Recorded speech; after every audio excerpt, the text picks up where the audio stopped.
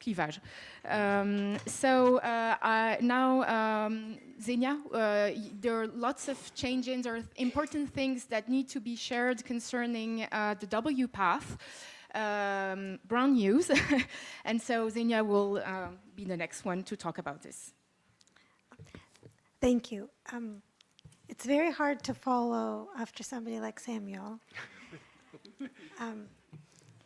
So first I'll kind of give a couple of thoughts about what I think is going on, and then I want to make the rest of the half hour we have very practical, solution-oriented, and hopefully Stephen Levine will help us as well. In North America and in Australia, if Roberta agrees with me, this is a raging fire.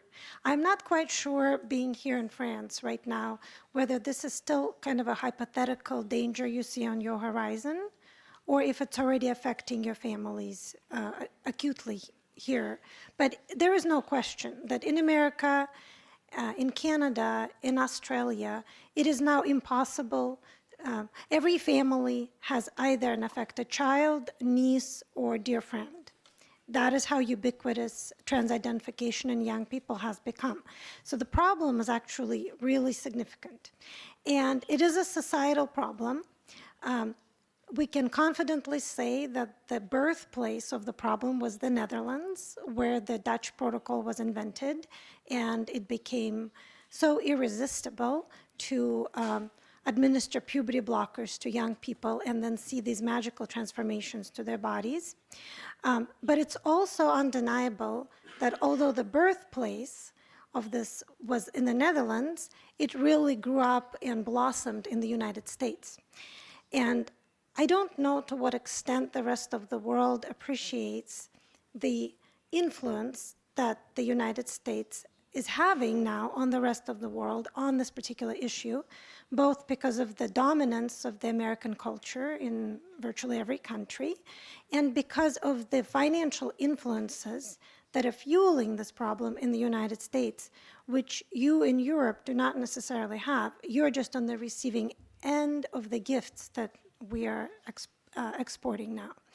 So, and so one of the ways, so I'm not a psychologist, but I spend a lot of time with mental health professionals, and they tell me that when you look at a patient and a patient's condition, you would think of three factors for having a psychological problem, and it's predisposing factors, which increase the likelihood of developing a problem.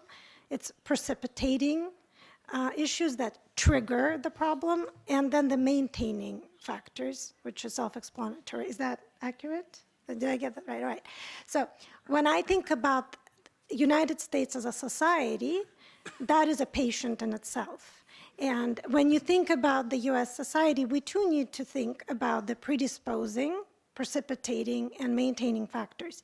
And I'm sure that could be a dissertation, and these are just very high-level thoughts. They're incomplete, inaccurate, and I think we collectively need to be thinking about those three buckets, because I don't think you can help the patient unless you understand what created the problem. I think today a number of predisposing factors have been discussed. In my view, the interconnectedness of the world is a very significant reason why this problem really took off at the end of the 20th century and in the 21st century. It's not a coincidence. I won't go into the history too much, but really the transsexual phenomenon was launched in the 1950s by an American who traveled to Europe, got sex change, and then every American tabloid newspaper wrote about it, and then it went viral around the world, and the entire world learned about it. That was the first wave of how more mature adults suddenly began to announce that they're transgender or transsexual at the time, 1952. Now with ROGD, arguably it's different, but it's also a bit of the same, because again, I'm sure this kind of angst and those cases have always existed, but suddenly, because of the internet and internet influencers, the knowledge of this identity, now a transgender as opposed to transsexual, but similar, also spread quite virally, and a lot of young people began to attribute their distress. So I think the interconnectedness of this world is definitely a predisposing factor, and I don't think that is going away.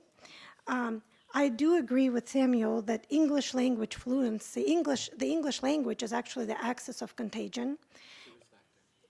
Yes, the more fluent a young person is in English, the more likely they're going to be affected. And the more fluent a country is, the more likely they're affected, which might explain why France doesn't see it quite as much as other countries yet, because of the, your dominance of the French language here. And there are other factors we've discussed, like the diminished role of the boundaries, the religious boundaries, tradition, etc., and elevating the child to the role of like the most important person in the family, as opposed to previously when children could be seen but not heard. But I think that that's sort of a lot more could be said about the predisposing factors, about why this could happen in a society. I think the interesting precipitating factor, and I promise I'm going to get to WPATH immediately, the precipitating factor, I think we underappreciate the financial aspect of things. And it is not just that this type of medical treatment is very lucrative in America. For example, puberty blockers could cost anywhere between $30,000 to $60,000 per year per child. It's very, very lucrative for the industry. But there is another much more lucrative aspect that I don't think we recognize. And it's my personal theory. I read it by a few people. Nobody has argued with me so far. But in the gay rights battle, a significant number of organizations have formed with hundreds of millions of dollars in budgets. Collectively in the United States, easily over $1 billion had gone historically to fund organizations fighting for gay rights. And the United States saw one of the most remarkable turnarounds, with first the majority of people voting against gay marriage and gay equality, to suddenly the majority of the U.S. being for it, and gay marriage is the law of the land in the United States. So everything these organizations worked for, all their lobbying efforts, all their organizing efforts, suddenly became not necessary anymore when the highest court, when it became the US law. And organizations don't like to self-destruct. Organizations like to self-perpetuate. And when you imagine how many extremely powerful organizations for a couple of decades grew to be such formidable forces with massive budgets and a lot of staff and a lot of influence and connections, suddenly found themselves without a cause, they needed a new cause. And this, picking up the issue of trans rights, was adopted by LGBT organizations in order to continue to attract massive funding, keep the budgets, keep the staff, and the machinery that had been refined for years. And by the way, I say that as somebody who voted for gay marriage, so I'm a supporter of gay rights, but still we have to recognize that the organizations that were formed to make all of that happen overnight were out of a job. And they had to take on a cause. And so these same organizations now are fighting to let lesbian girls remove their breasts by calling them trans men and by pouring hundreds of millions of dollars in litigations when states step in and say, no, minors should not be receiving mastectomies. So I think the enormous amount of money being poured into this in the United States is a large reason why this is such a hot political battle, because it takes money to keep political battles raging. So I just wanted to mention that. And speaking of the political battles,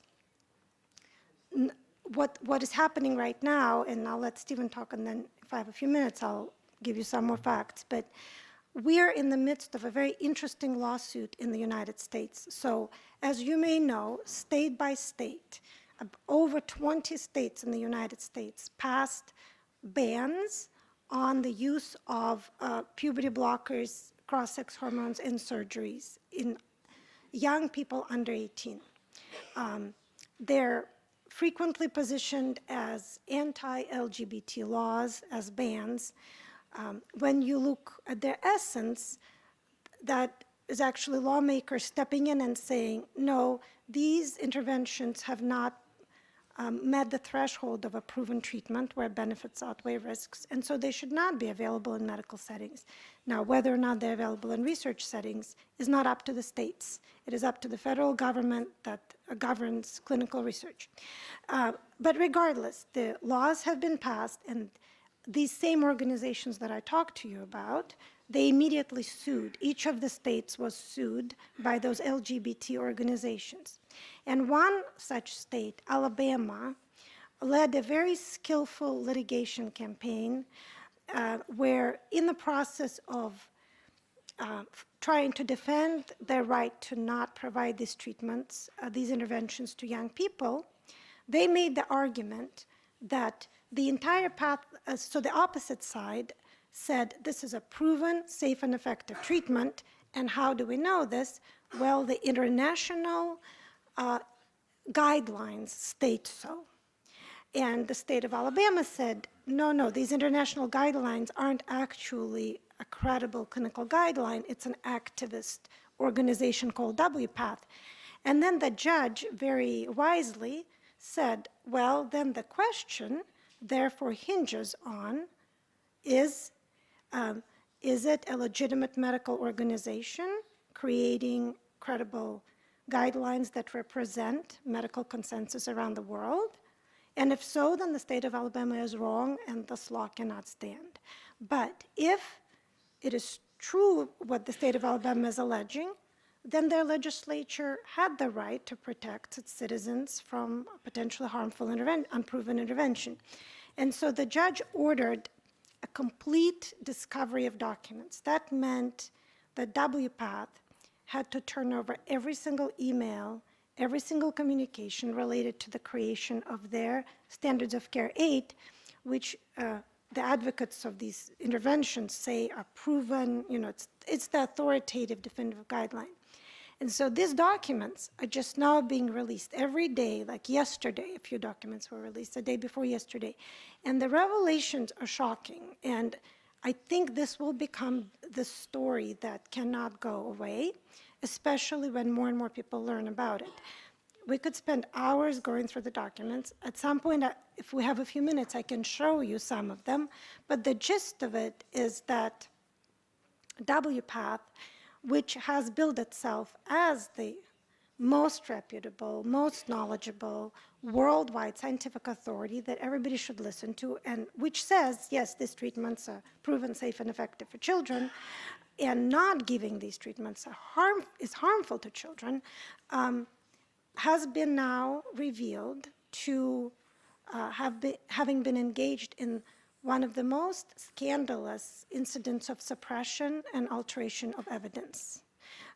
They partnered with a very reputable university, Johns Hopkins University, to do a systematic review of evidence, which is the first and most fundamental principle of evidence-based medicine, is that all decisions should be based on a systematic review of evidence, not on individual studies, but on a systematic review of the body of the evidence, which doesn't just take studies' conclusions at face value, but analyzes each study for bias and summarizes what's known and issues an overarching judgment about what are the benefits, what do we know about evidence and harms, benefits and harms of any intervention.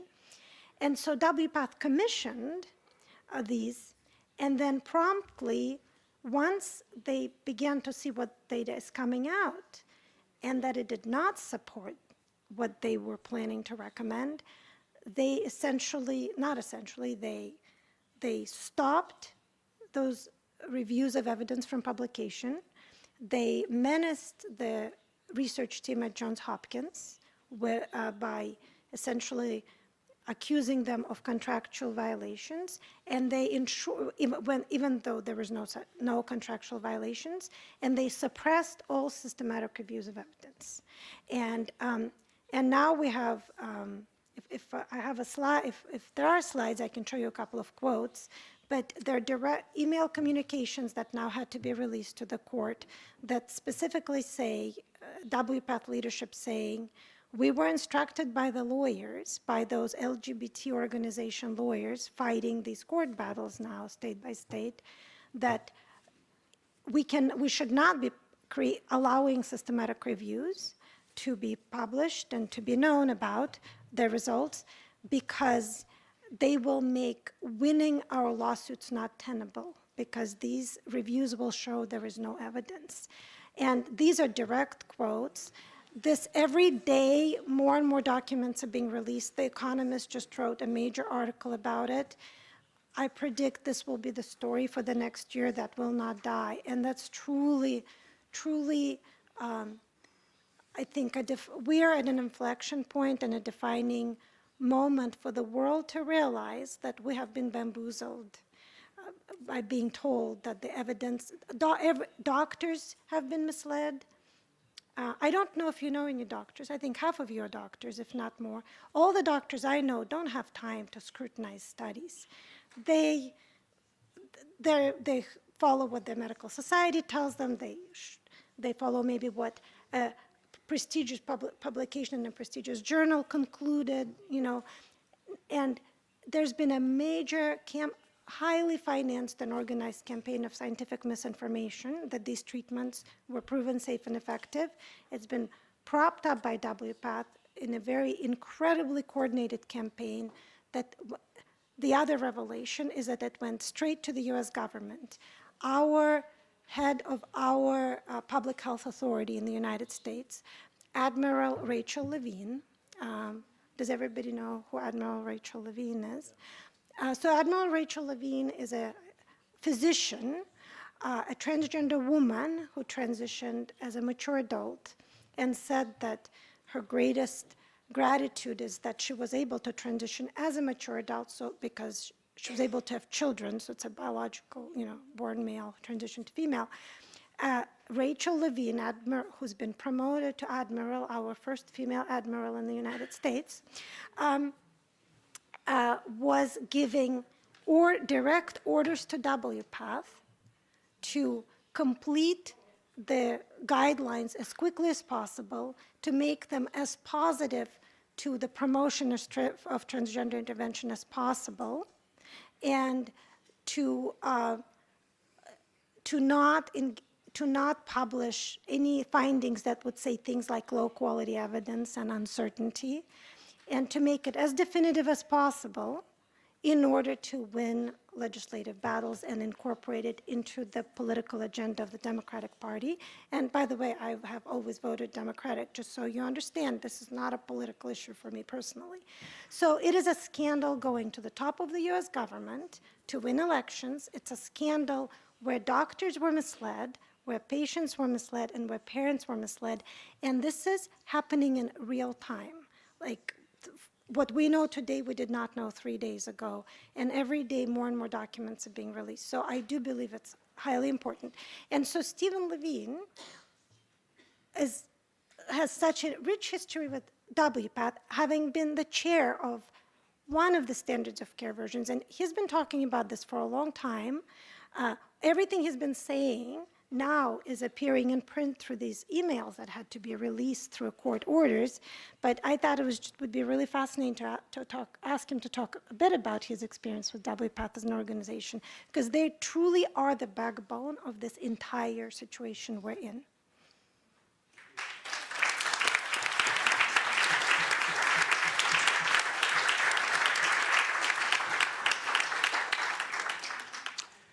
So prior to 2007, WPATH was known as the Harry Benjamin International Gender Dysphoria Association, and I was a member of that since the early 1970s. And by the mid-90s, I was appointed the chair of the writing committee to establish the 5th version of the standards of care, what was known as Habigda's Standards of Care. I was the chairman, and I think I wrote every sentence in the 21 pages of that document.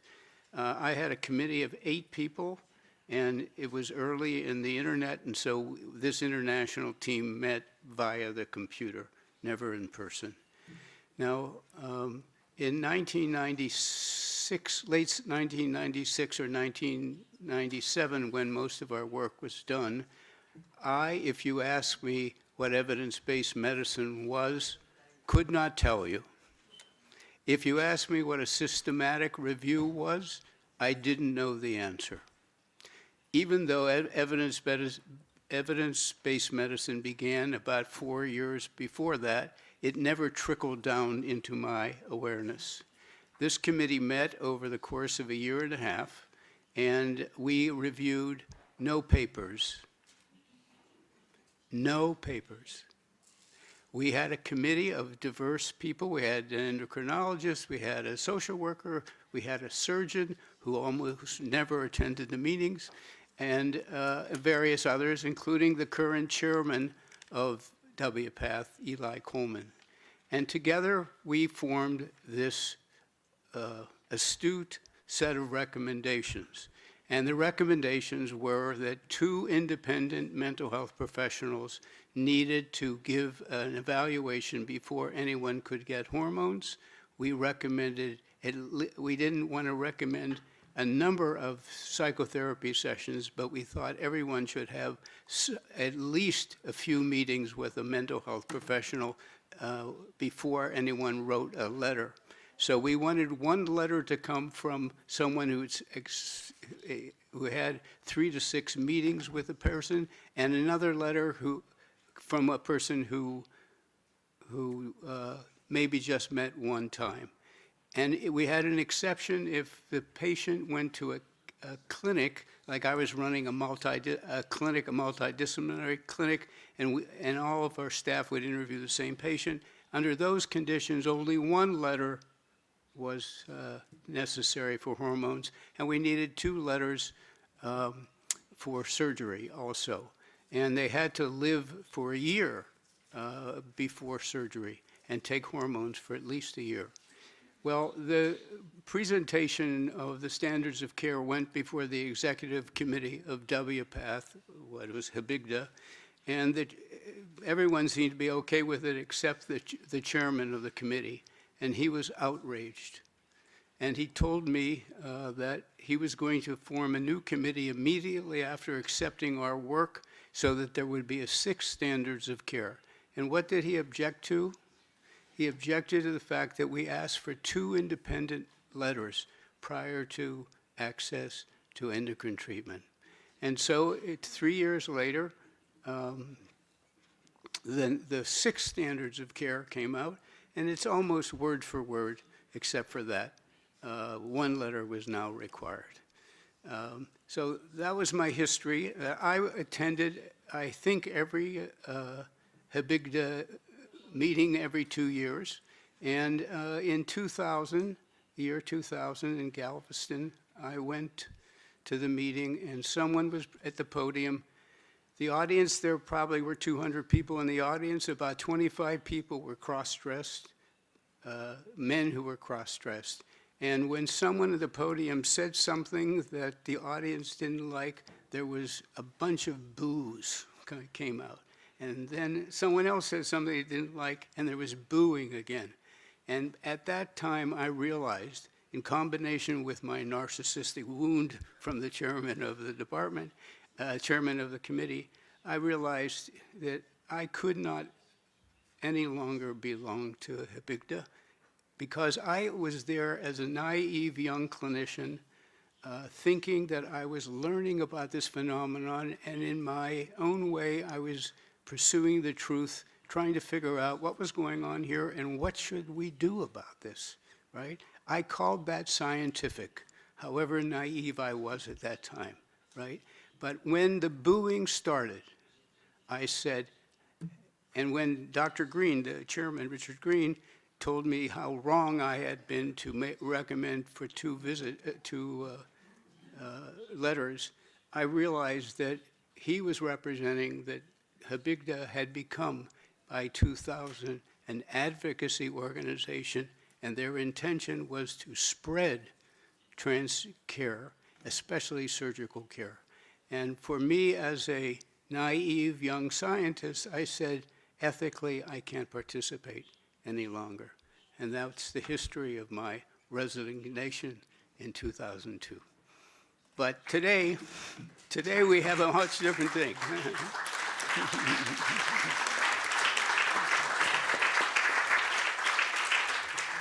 Thank you very much, Zhenya and Stephen, for those comments. I believe that, Ken, you want to make final remarks on this?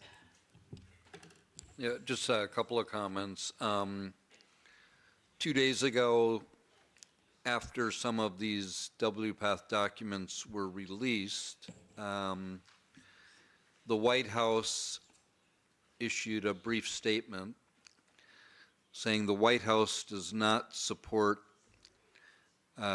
surgery for minors. So everything's good. We're good. Problem solved, eh? Zhenya, I want to ask you one question. You talked about how WPATH commissioned Johns Hopkins to do these serious systematic reviews, right? Mm-hmm. And you're basically saying that WPATH,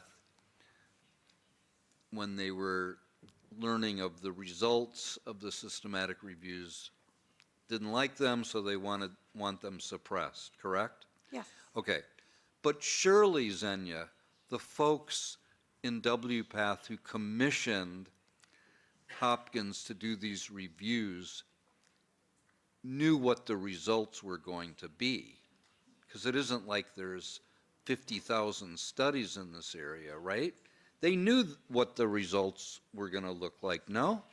No, so one of the most shocking things, there's so many shocking things, by the way, in the documents that are being released that I'm convinced that a book will be written. And if it's not, journalists are asleep at the wheel. But one of the most shocking things is that actually WPATH leadership genuinely believed that they had proof. And they were quite confident and arrogant in their knowledge and their conviction. And they had no idea what evidence-based medicine was. In fact, before embarking on Standards of Care 8, which is the current version, just until 2022, between 2012 and 2022, it was version 7. And everybody, all these girls and boys were treated according to version 7, which wasn't very good either. But they already knew then that it is in violation of evidence-based medicine. Medicine does not operate in this way. And so they announced that Standards of Care 8 will be the first ever evidence-based guideline. They made that announcement loud and clear for the world, and they hired a top-notch evidence evaluation team to do these systematic evidence reviews, because in order to be an evidence-based guideline, you have to base your recommendation on systematic reviews of evidence. That is not optional. Now, there are other factors that go into making recommendations besides evidence, but still, evidence reviews is the cornerstone. And so what we learned by reading these emails is how the Johns Hopkins team very patiently at first, and then less and less patiently, attempts to explain to WPATH that the studies that WPATH thinks are rock solid proof are so bad they can't even be included in a review, or if they are included, they will come out with very unfavorable results, with statements such as very low certainty, which is a scientific way of saying we just don't know. And the really kind of shocking exchange, which is lurking right there in the emails, is when the team developing the adolescents recommendation section, because remember, this is about everybody, you know, from children to senior citizens. So this adolescent section authors are saying to the Johns Hopkins team, dear Johns Hopkins team, we believe we have rock solid, we have really good studies for two areas. One, benefits of hormones, and the second, adolescent decisional capacity to consent to these interventions. Okay?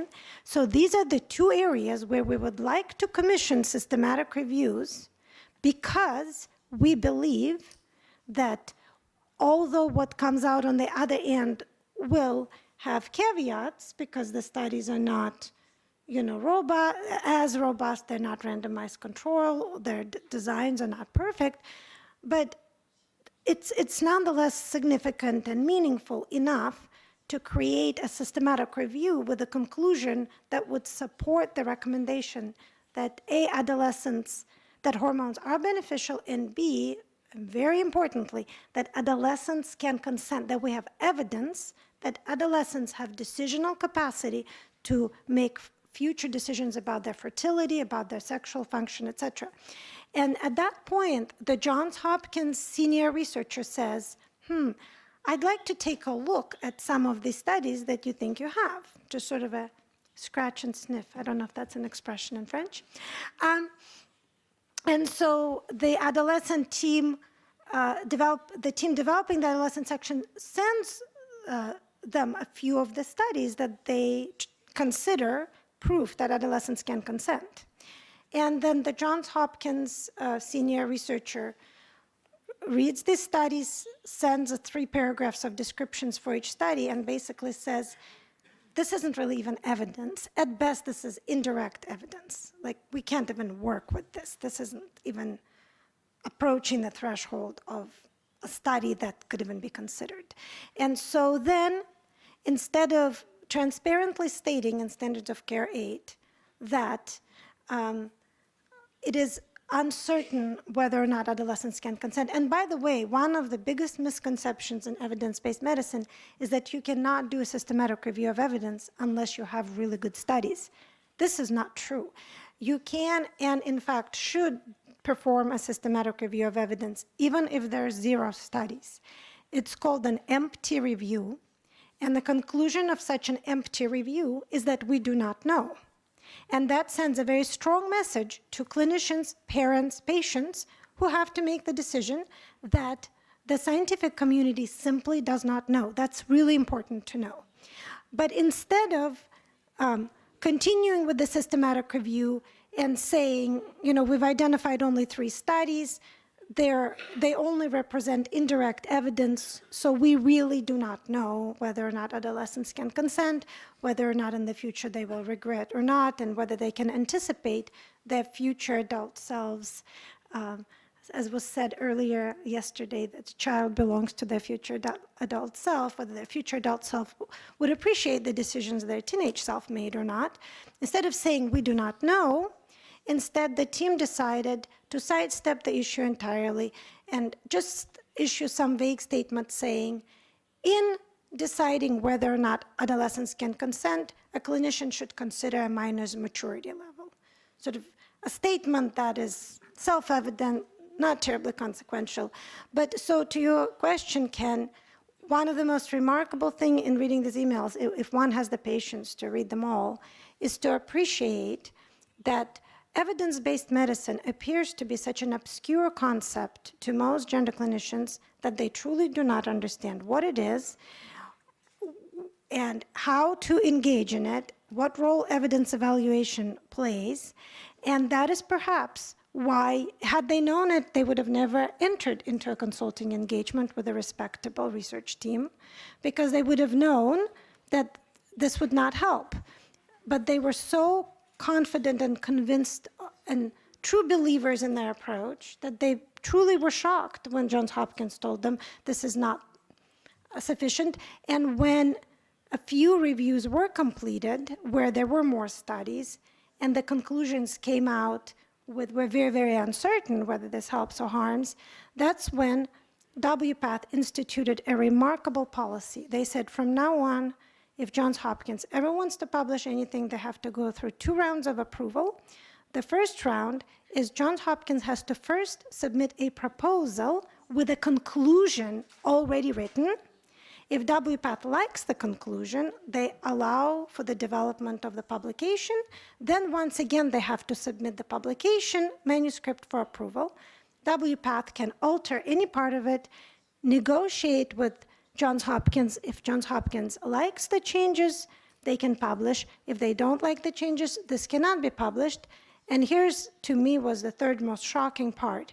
Should Johns Hopkins agree to all the final changes and they have a mutually agreed upon manuscript with favorable conclusions that promote transgender interventions in the broadest sense that was written into the policy, then when Johns Hopkins publishes it, they have to include a disclaimer that the work was solely done by Johns Hopkins and WPATH had no role in the process. That was a mandatory disclaimer, and it's all in the policy, and it's all in the documents. And I must say, the only systematic review that then came out of this engagement after that policy was put in place, was a review of hormones. The conclusion said that these are incredibly important interventions.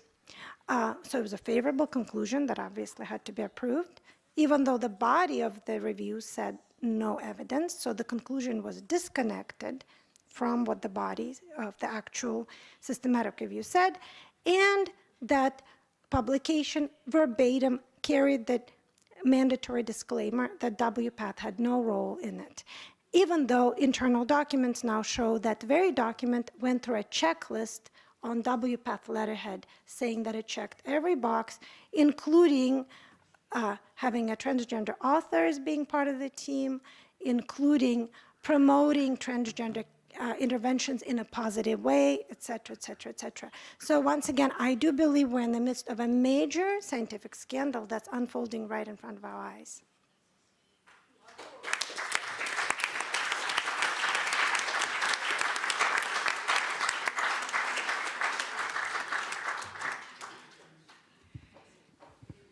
Thank you so much for everything that you have explained us concerning all these concerns about the WPATH. We'll take questions from the audience right now.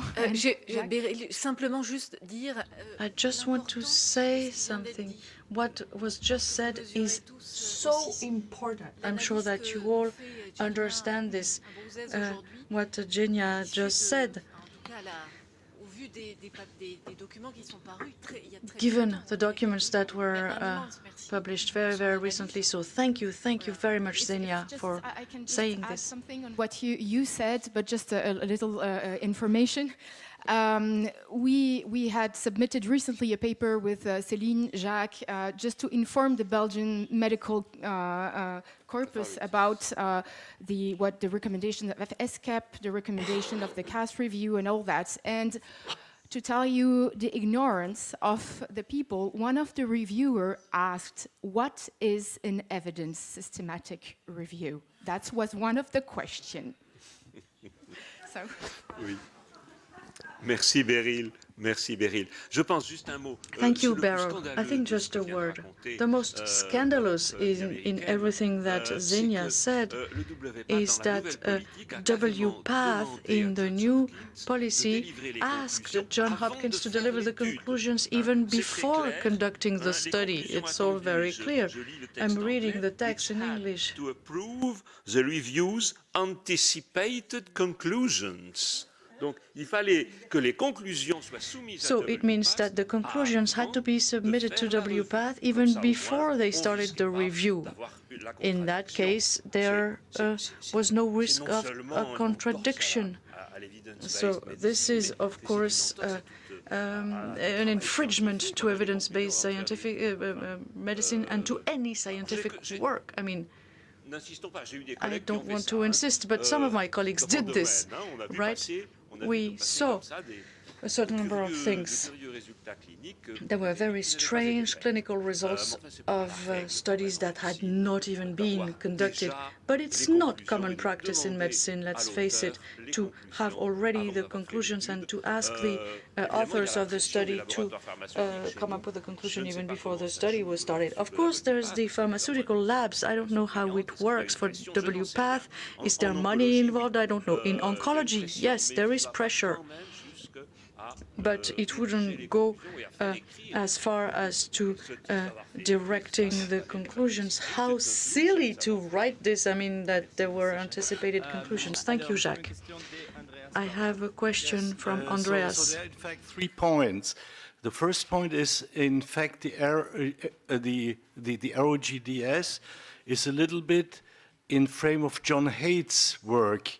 Jonathan Haidt, a recent book on the anxious generation, and it fits perfectly with the anxious generation. It's just a subgroup of the of this anxious generation theory. So that's the first point. I think it's very important to read this book because it's a very, very good study. So the second is, in fact, the ROGDS is a little bit like what we have in the COVID, the lab leak hypothesis, because people, there's Alina Chan who proposed the lab leak hypothesis of the in fact of the COVID origin, because there are 2 ways to look on the COVID. Either is a spill-off from nature, or is the lab leak hypothesis, or the scientific establishment refuses the lab leak hypothesis. So it's the same little bit, so it's the same idea. And maybe the third point is that, in fact, it's not only the jihad people who are doing, I mean, the work is not only like the jihad, it's also like Christian theories that have, for instance, there's been in the south of China, the Taiping revolt from 1851 to 64, where there has been the leader of the Taiping revolt was Hong Qishuan, who thought from himself as the son of God and the brother of Jesus. And this revolt caused 20 million dead. Okay, so religious thought and thinking can have extremely bad influences in. So. Thank you, Andreas. So I think that we had over here. Yes. You want to ask? Yes. You raise your hand, right? Or you're just stretching, or? Okay. Okay, Pascal. Wait. Oui, bonjour. Je m'appelle Pascal Bellou-Fourcade. I'm Pascal Bellou-Fourcade. I'm a psychiatrist and psychoanalyst in Paris. I would like to remind you of something which you already know. I've just mentioned this to Beryl, and she was a little bit unsure. We are living on something that cannot be translated, because sex difference cannot be translated in English. We say difference in sexuality. And I discussed this yesterday with Pierre Valentin, who published a very interesting book about woke. And he was surprised because he didn't know. And he said, well, I don't know, give me your email address and I will try to find an answer for you. Because, of course, we have conclusions. That is, things did not happen in the same way in the US. And, of course, the influence of the US has major effects over here, too. But in the US, we had an impact on the difference in sexualities, minorities discrimination. And it was not the case in France, because Oscar Wilde was imprisoned for 6 years, but not Proust, you know. In France, we did not go on a homosexual hunt as they did in the UK. And it's interesting because it led to a validation by Madame Butler. So I read an article on French theory, and from a Lacanian point of view, I was able to know that it's Madame Butler's symptom to introduce gender. It's the symptom of a lady who says very clearly that she doesn't know where she is in terms of translating the matter of sex, because she was born German and then she's got English citizenship and she's queer, so she doesn't know where to position herself. And this is what she introduced in the topic.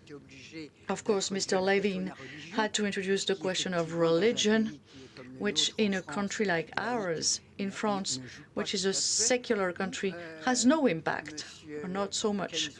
Mr. Zucker also had to validate what is being questioned in France, which is DSM. And all these are impossibilities. It's impossible to translate all this from English into French and vice versa. And I don't know if we realize how much. Well, and thank you for what you said, because you said that it impacted more English-speaking countries than French-speaking countries, and I think this is really important. And I think that we really need to take the untranslatable into account. Thank you. Thank you very much, Pascal. Okay, I would like, and then David. Yes, I would like to comment. I think that the people at WPATH, well, what they are doing, it's a bad farce, and of course they are responsible for that. But I also think that medical doctors have a very big responsibility. It's not rocket science to read a study. You have to look not at the conclusion, because it could be totally wrong. You have to look at the methodology and at the results. And if you have read just a couple of the studies from the trans activists, from their researchers, you could see that this is bad science and it should have never, ever been published. And I think a doctor, a physician as I am, we should never harm. And I think that all those physicians all over the world that have prescribed hormonal treatment or done surgery, they have a big responsibility. I think they should be prosecuted.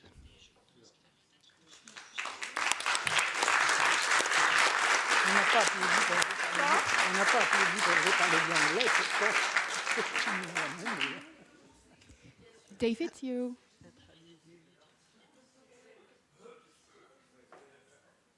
Oh, thank you. It's been a riveting afternoon. Thanks to all of you. I had just one or 2 points I want to make. One was about social contagion. Just to add something which is obvious, but the social contagion has been known for a long time in psychiatric disorder. And I think it's always slightly resisted because it puts a pressure on any easy understanding of what psychiatric disorder is. And I can remember it was Professor Lewis at the Maudsley, who was very famous in one of his famous lectures, saying, what a psychiatrist needs more than anything is the toleration of ambiguity. And I think, if you think of the hysteria in Freud's day, for example, it was there and then it seemed to kind of disappear. Think of false memory syndrome. I think of anorexia in Hong Kong. So it is an important bit. Obviously, it's really come to a huge head over this issue. It's just to sort of emphasize that. I also wanted to say that in my own society, in the British Psychoanalytic Society, when I first started talking about this, it wasn't unconscious, it was fully conscious. People were saying to me, you're being exactly the same as what we did, you know, our terrible history of homosexuals, we cannot go there. Actually, most of them did come round in the end, so that changed. But I thought in terms of the certainty that needs to be performed by the trans movement, it did remind me very much of a wonderful paper by Theodore Adorno called, it's called Group Psychology and the Nature of Fascist Propaganda. And he was talking about fascist propaganda at the time, but he was also talking about something wider. And one of the things he says in it is that the thing that the group cannot stand is doubt about its own convictions. So it projects those doubts into other people. And those doubts become enemies which have to be destroyed. Because the group, in a way, knows somewhere in its own mind that the whole thing is based on a delusion. But if they were to allow the doubt in, the group would break down into panic. Hence the complete inability to listen or create room for any alternative point of view. They have to constantly keep going this tyranny. And I expect that's going to...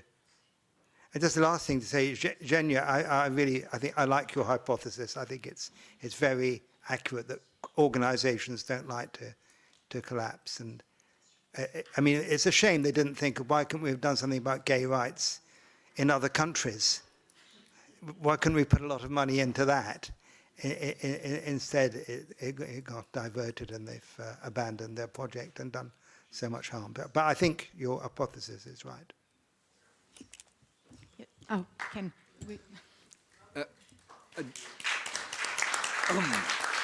I'd just like to comment on what you just mentioned, that there are other episodes of social contagion that we can remember. But regarding false memory, for sure there were people working within the professions who argued against it as a bona fide phenomenon on empirical grounds. But what really brought it to a stop were lawsuits.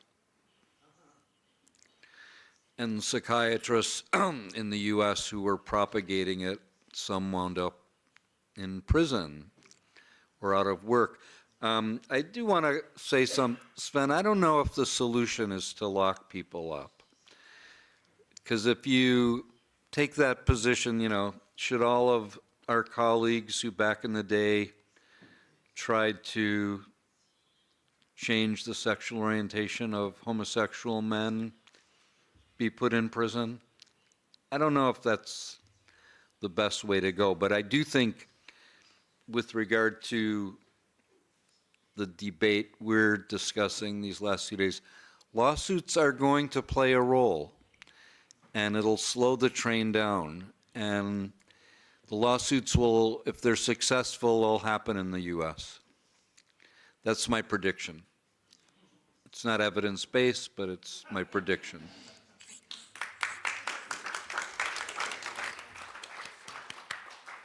To have one question there, yes. Okay, I'm going to say it in English. So in the spirit of what do we do now? And you wanted to spend the last few minutes in some practical solutions, and also referring back to the WHO action that we all participated in to change things. Is it possible to, in the next days, weeks, to, because everybody is going to be writing about the WPATH scandals. So we are going to double the work and triple the work and quadruple the work. And so I'm thinking, could we have some kind of a task force writing out the WPATH dossier, which would be sent to everybody, and each one of us in our own countries send it to our Collège des médecins, Ordre des psychologues, Ordre des médecins, Minister of Health, and say, this is the reality about WPATH. And we have it, get it translated in French, English, Spanish, Italian, and we work collectively towards this. Is this some kind of positive action that we could think about in the next weeks? Well, in my opinion, the first step is awareness. So part of the reason why we're talking about this is because it appears, these documents appear to be in this very obscure place in Alabama court system, and yet they're critical for the entire world, because the entire world has based its decisions and lent their trust to WPATH and sort of delegated their own thinking and evaluation of evidence and the conclusions to WPATH. So everybody should know that WPATH has been subjected to this intensive discovery, and they had to turn over 2 million pages. And yes, it is monumental work to be reading these documents, understanding them, pulling relevant information. Every country is going to find something relevant for themselves. Other parts aren't going to be as relevant to them. But because WPATH made itself so central to this entire field, in some ways, they're going to be the victim of their own success because they are the core foundation in every country. Even the German guideline, which we talked about earlier, which is about to be voted on, the German 27 medical societies in Germany, Switzerland, and Austria collectively decided, in the midst of their guideline creation, collectively decided to stop reviewing evidence in 2019 because they said WPATH is going to be doing it. And so they inherited all of the WPATH biases and conclusions into their major recommendation that has been 7 or so years in the making, which is about to be ratified. Will individuals in those countries, clinicians, interested organizations, notice what's happening with WPATH and elevate that knowledge to their public health authorities to say, look, our guideline, in American legal precedent, there's a sort of, I'm not a legal scholar, but this idea is very interesting. It's called the fruit of a poisoned tree. So if the tree is poisoned, the fruit is poisoned. Now we know how WPATH suppressed and manipulated the evidence. And that applies equally now to every entity in every country and every hospital that decided to base part or the entirety of their approach on WPATH. So to some extent, everybody who is interested should be reading the documents. It's not, you don't have to read 2 million pages because the attorneys summarize the most salient parts into perhaps hundreds of pages, but it's entirely readable and understandable. And everybody who cares that our young people who are suffering from gender-related distress get safe and effective care should read those documents and begin to contextualize them to their own situations to see what might be relevant and which decision makers should be notified. Because there's one conclusion that I came to after doing this for 5 years. We talk about the capture of organizations, but organizations are sort of these amorphous things, right? They are made of departments and committees, and so in every organization, there is a group that's been designated as knowing what to do about transgender care because they're WPATH members. And they're allowed to make all of the decisions for those organizations. Well, now it is time to perhaps leapfrog over those committees and elevate this to the leaders of the organizations who I think genuinely believe that they were doing right by those kids and just delegated their thinking to a specialist group within their organization. Unbeknownst to them, the group was not necessarily operating in good faith. Thank you. Okay, we take 2 questions. We have one there and then one over there. Yes.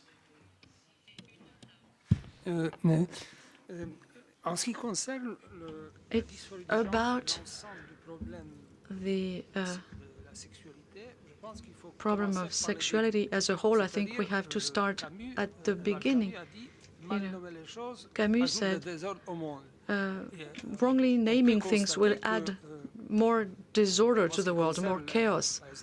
And I think that when it comes to sex, there is chaos. There is a total misconception because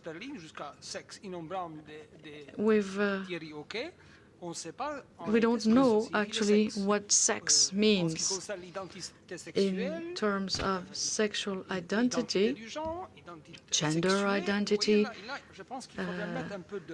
sexuated identity. I think we have to put some order into this. Otherwise, we won't find our way. Besides, we heard that somebody who detransitioned also wanted to know what their sex was. So I think this is why we need to define what it is. Are we talking about a sex or sex type? You know, I was watching a conference on the web. An almost molecular biologist said that to him, you have a sex type for animals who have no chromosomes, and then there are two sexes, male and female, for animals who have chromosomes. So you see, even biologists don't manage to be consistent in the definition. Now, how should we do this? Well, I think that we need to look at the matter that we are all made of and that also is around us. We should define something like a molecular sex type. That is, you take the molecular picture of someone. It's a bit of a theory, right? Not an ideology, really, because maybe we could do this. And by taking this molecular picture of a person. I'm sorry, sir. Steve is going to answer your question because he's really an expert in these matters of definition. He wrote hundreds of pages about that. So let's listen what he has to say about that. Yes, okay, but I would like to finish. Oh, go ahead. I've been teaching about human sexuality since 1973. And so I want to define sexuality for you. Sexuality has two major components. Sexual identity, which has three components: gender identity, orientation, and what I call intention, which means what I want to do to my partner's body and what I want my partner to do to my body during sexual behavior. All three of those components create our sense of our sexual identity. But the second vital aspect of human sexuality is sexual function, and that consists of desire, arousal, orgasm, and penetration. So when we talk about sexuality and young people, we're talking about the evolution of orientation and gender identity. But when we say that a young person is not old enough to appreciate the meaning of sex during adult life, we mean these people, most of whom have had no partner sexual experience at all. They don't understand about sexual desire, arousal, orgasm, penetration, and the psychological impact of two people bringing their bodies together on their maturational development. So I think I agree with you. We need to have a much more comprehensive concept of sex when we talk about sexuality. Thank you, Stephen. There's one question from Christian Flavigny. Another question from Christian Flavigny. Yeah, I'd like to go back to the situation in France, in line with what Mrs. Barrault-Fourcade just said. Some eminent writers criticized the fact that we translated gender by genre in French. And Colette Chillan, in particular, she was mentioned yesterday. I attended her seminar for many, many years, and I can confirm that she would really approve the use of the expression pubertal sexuation anxiety.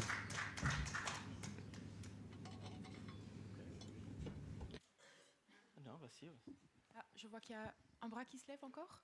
Non. Pardon. Ah, excusez-moi. Oui, oui. Oui, je voulais reprendre cette question, que faire? So what should we do? We were given a very detailed and thorough and precise description of this turmoil in society with a multiple factor situation but the medical offering has made it possible. And this made it possible for this distress felt by individuals to meet. So, and this blossomed in society, I think, because of the way children are brought up.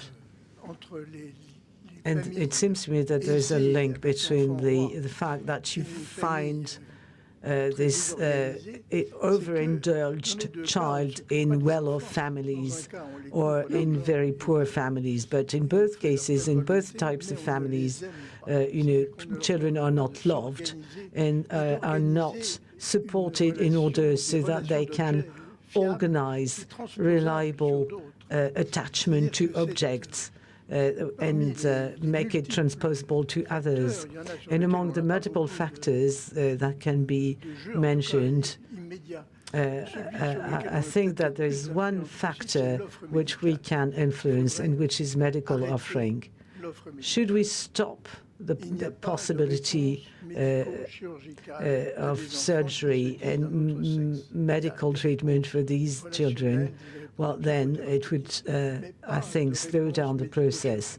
If we were saying, well, therapy can be offered, support of different kinds, but no medical or surgical treatment can be offered or should be offered.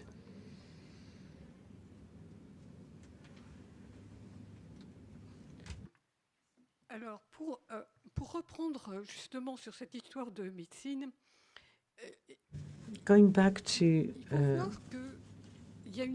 on a observé une détérioration de la what santé psychique goes on des adolescents in ces 10 medicine. dernières années, qui est bien documentée In the par past des 10 études years, épidémiologiques en France en tout cas. Epidemiological studies have documented the deterioration of mental health in young children and in adolescents, and more particularly among young girls and girls.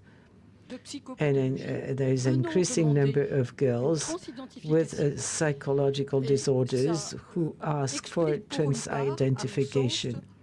I think this may explain, in part, why we see this surge in demand from girls.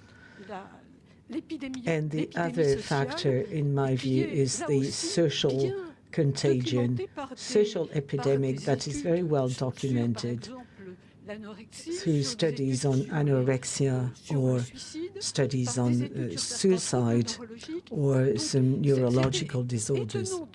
And it's quite amazing to see that gender-specialized clinicians have resisted to this explanation of social contagion, though social contagion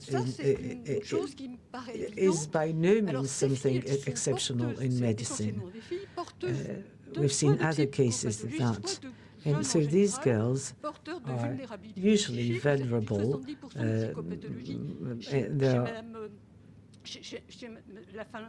70% of psychological disorders were reported by a colleague from Finland, and the Eponomy representative told us about that also, about self-harm behavior, and, among other things. I think it does correspond to a new type of expressing a mental distress and mental suffering. And this is, I think, rooted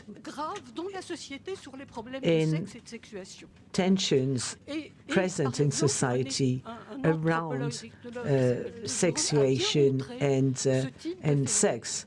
And the anthropologist showed that very clearly.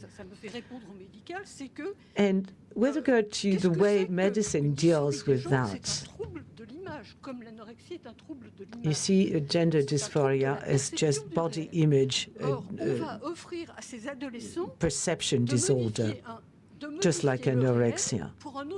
However, we offer these adolescents a possibility to change the reality and therefore, I think that you find example of this among my patients who, for instance, want to undergo bariatric surgery because they were obese, and they tell me that anyway, even if they lose a lot of weight, they will still think that they are fat. And likewise for dysphoria, the transition didn't cure the body image disorder. Medicine doesn't help in this case to cure the distress, but it produces transhumanist people. Now, going back to the financial issue of this quote-unquote jihad,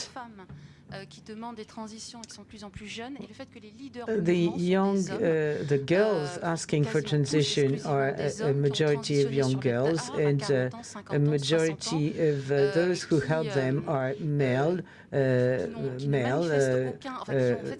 trans who transitioned later in life.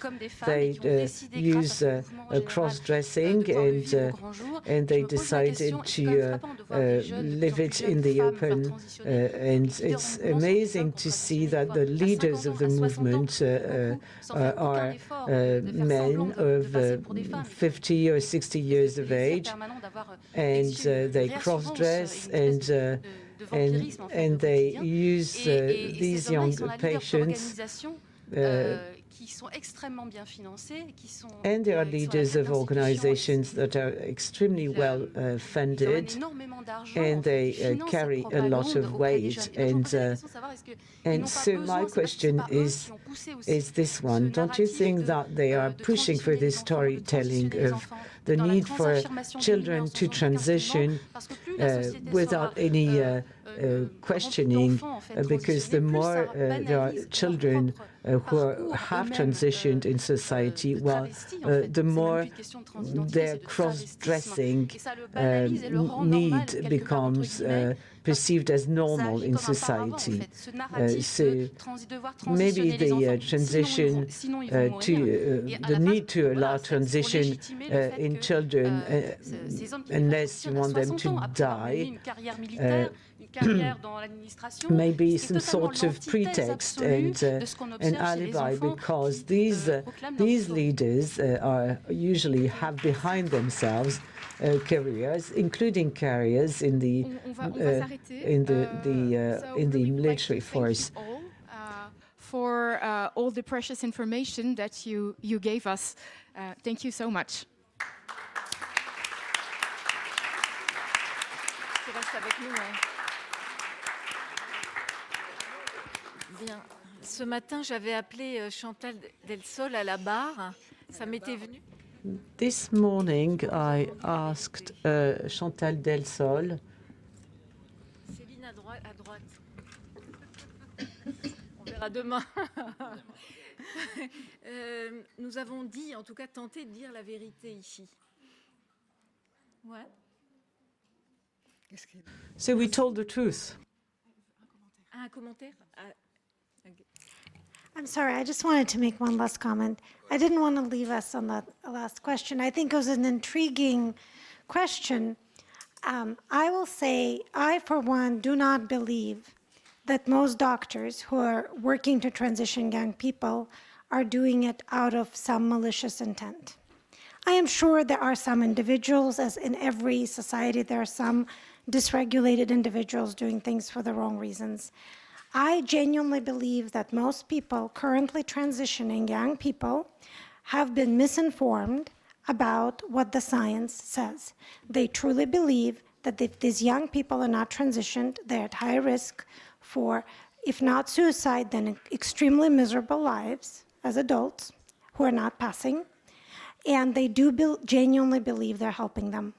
And the last 5 years, we as SEGM spent our time analyzing the body of literature that has been misrepresented to the scientific community as proof that gender transition is highly beneficial, safe, and effective. At this point, everybody, including our opponents, agree that the science is not there. And so I think the real question is, how do we disseminate the information that the scientific community has been misled for various reasons, has been misled, and how do doctors and parents who likewise have been misled get this information as quickly as possible so that they can safeguard their children from harm. Merci.